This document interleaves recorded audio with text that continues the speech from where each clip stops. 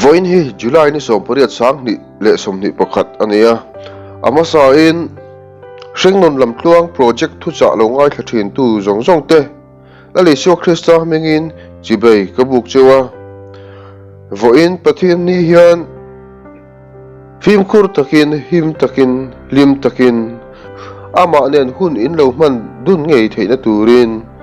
tu sakna kalan acheu reng tunun kong chungchang kan soikal mek zela tukin hian tunge ini ti mangin Pathian thucha toite kan ngai thadon ani ama sa in Pathian thu thiang lim ilo ngai thlang u korin komite hena tirko pola le khathon bungthum chang som paruk Pathian in ni le Pathian tharau thiang lim nang mani omreng ti in threlovem ni tu po in Pathian in chu ti kholo chuan chu mi chu Pathian in ti kholovang Pathian in chu athiang lim si a chu in chu nang mani in ni e Johana le khathon pakhat na bungthum chang khat ngai te u pa in min magai na chu avana sa em Pathian fa te min vu ta khi chu tiang chu kan ni renge he mi awang hian khovelin min thelo ani ama chu an hriat lo awangin dalpana thu kan zatan mal min som ro se amen mi singin ama a phei na zong song a hriat a waisen taka chak taka adin nge theina tur chuan tunge ani a hriat angai ma ni din mun threlo reng chuan waisen na an nei thei ngai lo chu tiang te ucha chuan ring tunun konga po hian nget taka kan dina waisen taka kan pen theina tur chuan tunge kan ni kan chian angai nang tunge ini iloin chiang ve ngai em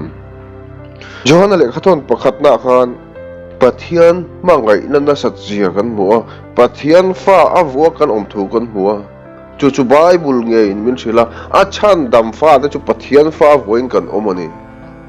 Pathian chu tunge kan te chon leile van siam tu engkim chunga thu nei tu ania Pathian fa pa ini chuan leile van lalber engkim chunga thu nei tu chu mi fa nge chui ni han nge to ve ma te kan nun konga yan chan dam na dam kan pan me ka chan dam fa ten chan dam na kong kan zo me ka hian doi zep tur reng kan lo ni lo nga tinge kan ti chuan Pathian fa kan nia lo Pathian fa kan ni te chuan midang zong ain Pathian in min ngei sak ton ti chiang reng mai min Pathian nam than ani na ma huai sen pha chuan Pathian fa ani na phei chu mi ina va huai sen pha na sa don te reng em chulai chu kan chian thin lo wang hian thlem lama te kan tule doi thina har sat na kan to ka mang an na kan to ka beidon na kan to ka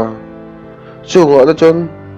kan lo tu sop le mai thin ama ro chu kan tluk sop na chana zo ka chu kan ni na kan lo chian awang zo kani a mangai na awangin a khongai na awangin Pathian fa voin kan oma Pathian fa te om da tur hian kan lo om rengem ti kha tukina hian a tharin hain chu ta ila ten koren khomi ten hena le khathona khan zo na meron zo chi tukin zinga zo na kanin zo ang chen zo na meron zot ve ta ni tukin zinga tunge ini kanin zo ta koren komiten hena le khathona khan tirko pola khan Pathian in ni le Pathian tharau thiang him nang ma nia a om reng ti in threlovem ni ti Pathian in kan lo nia a chen chil nun nei tu te kan ni ke ma ni an tharau thiang him chu alo om reng ani tharau thiang him chu nge kan ti chuan Pathian thil ti theina ni tharau thiang lim mangin na athoka chumi kal tang chon chan dam na te kan changa om zia chon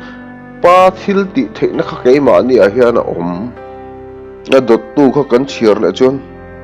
tu point Pathian in chu ti kholo chuan chumi chu Pathian in ati kholowang hetlai tak mai hi hlom tal em mai ni mo phur na lian lu tu kan nei duty len chu tur kan nei Pathian chu thiang lim sia chu in chu nang ma ni in ni eng ang po in sualin lo bol lo to ma ila a chan dam na kan changa a chan dam na kan chan khan kan sual zong te kan lo kholo na zong te kan lo bol lo na zong te kha a bo ta vek ti na ne lo ama ro chu lal isua cross a ken be zok kal tlanga vanin min thlir to awangin Pathian in min thlir to awangin a phe na keima ni kan om to awangin keima ni lang lawin pa ma cho isu Krista ain lan ta Pathian mit mua thiang lim kan lo ni ta pa ma isu Krista mel mu ania chu kan mel alo nia Pathian in kan lo ni ta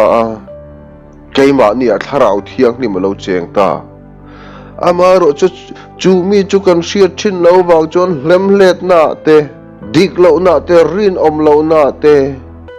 zom thot na te thil dang danga kan lo peng le thin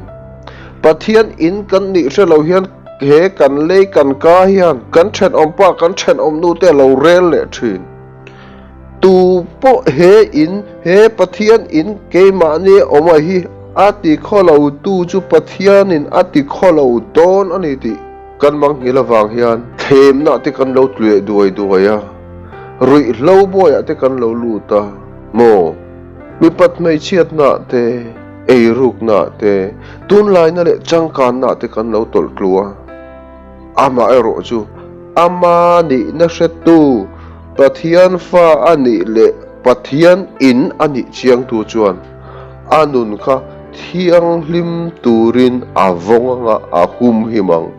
chu eng tin nge a thei bik kan ti chuan ama tharau thiang lim a omani ti ein ria tharau thiang lim chen chil tu anei ti en ria eng har sat na le eng mang an na po ni se eng khem na po ni ro se ama ina pal lawa ama ina dai lo ti ria ama khan ti chak tu ti huai sen tu a omani ti ria chu mai ani lawa chung reng chung si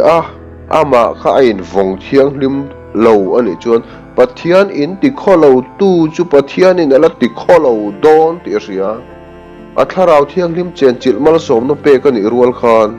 amal som na cha local lo warning a local tel ngal chu wangin anun ahum hima me in ani na achiana tunge ani a in chian chuan anun hum him turin huai sen na ne chak na nei thin tukina he thu lo ngai thathu te tunge kan ni kan lo chiang ngaim kan na chiang lo ni pon tukina tharin kan ni nei si thari la ka du Pathian fa avo in kan om to a Pathian in kan ni chu in chu ati kholo tu apiang Pathian in ati kholo don enga tinge kan ti chuan Pathian chu athiang nim sia in po athiang limangai a chen na tla kai om se langai chu wangin tokina tunge kan ni sia Pathian fa kan ni le Pathian in kan ni reng chunga huai sen taka ring tunun kong kan zo zel theina turin lalpa na thu kan soite kan jatan mal min som ro se amen